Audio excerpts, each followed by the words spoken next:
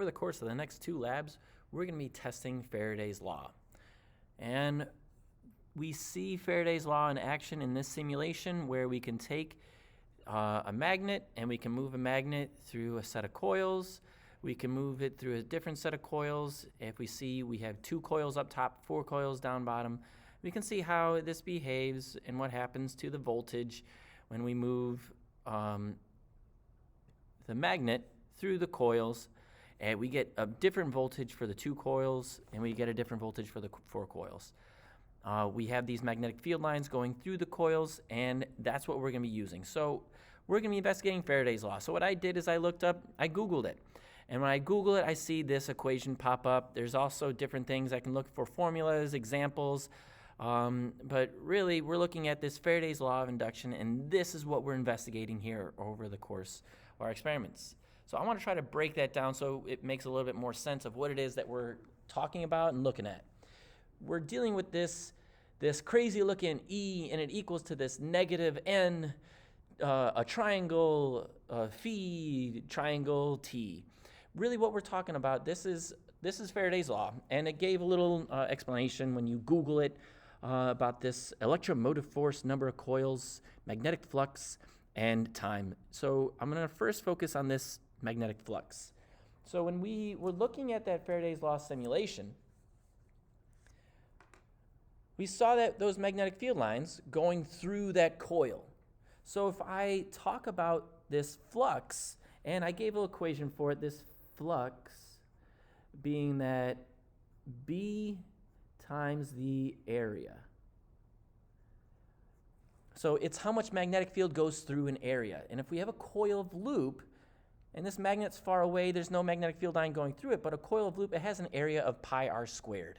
That's what a coil is going to have. Now, I'm saying that because we know the area, and we can talk about the area, and I'm talking about all the magnetic field line that's going to be going through anything in here. So anything that's going through that area, that's going to be this magnetic flux. So any magnetic field going through that area, that's this magnetic flux. So I can look at 2 different situations where we have a strong magnet and a weak magnet. With a strong magnet and a weak magnet, here I have 4 magnetic field lines going through the circle. So we could just come up with a generic that this is going to have 4 magnetic field lines times the area, and I can just call the area A. And then this one is going to have 2 field lines, so then the magnetic flux in this one is going to be the magnetic field lines, which is B times the area. Area is pi r squared. I'm just going to call it A, so it's going to be 2 times A, because now I only have 2 field lines going through it. So in this, we're talking about, in Faraday's Law, we're talking about this change in this magnetic field. So if we were to go from this scenario here we have in 1 to when the magnet's going to go far away. When the magnet goes far away, or if we go from 2 to far away. When the magnet goes far away, these field lines, which is 1, 2, 3, 4, which is through it now, then when it goes far away, then there's none. So then the change in this magnetic field is going to be the flux before initial and this magnetic flux final, which is 0. There's nothing going through this. So the change is this magnetic field going from this to this. So the change is then, for us, it'd be final minus initial, so it'd be this 0 minus 4. So for us, we'd have a negative 4. Now, I'm using arbitrary units. It's just arbitrary because I'm not talking about Teslas or meters squared. I'm talking about just generic. So this had a change in magnetic field through that area. For this one, I can talk about the weak magnet. The change in that magnetic field through the area is going to be this negative 2 times the area. So with this strong magnet, we had a change in magnetic field. With this weak magnet, we also got a change in the magnetic field. What this Faraday's Law is saying is it's talking about this magnetic field going through this area that creates this voltage. So I can call it the Enos Faraday's Law. I always wanted to have a law named after me.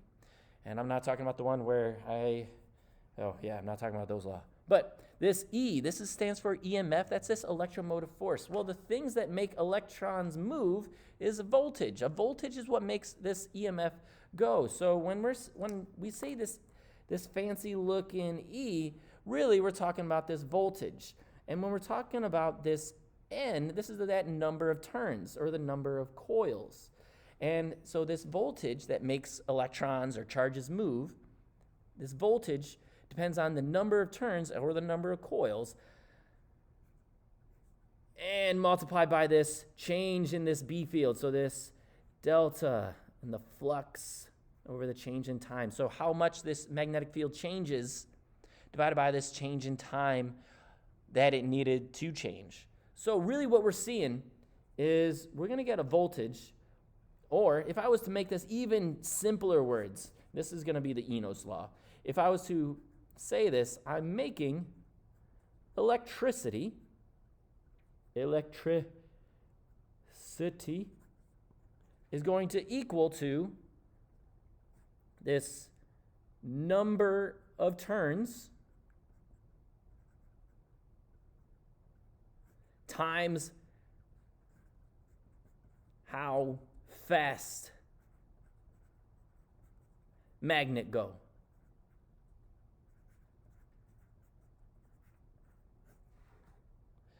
If you make magnet go fast, then you're changing the magnetic field. If you increase the number of turns, number of coils, if you get more wire, you're going to get more electricity. So hopefully this is a good help as to what this Faraday's Law is. Let's get going on that laboratory assignments.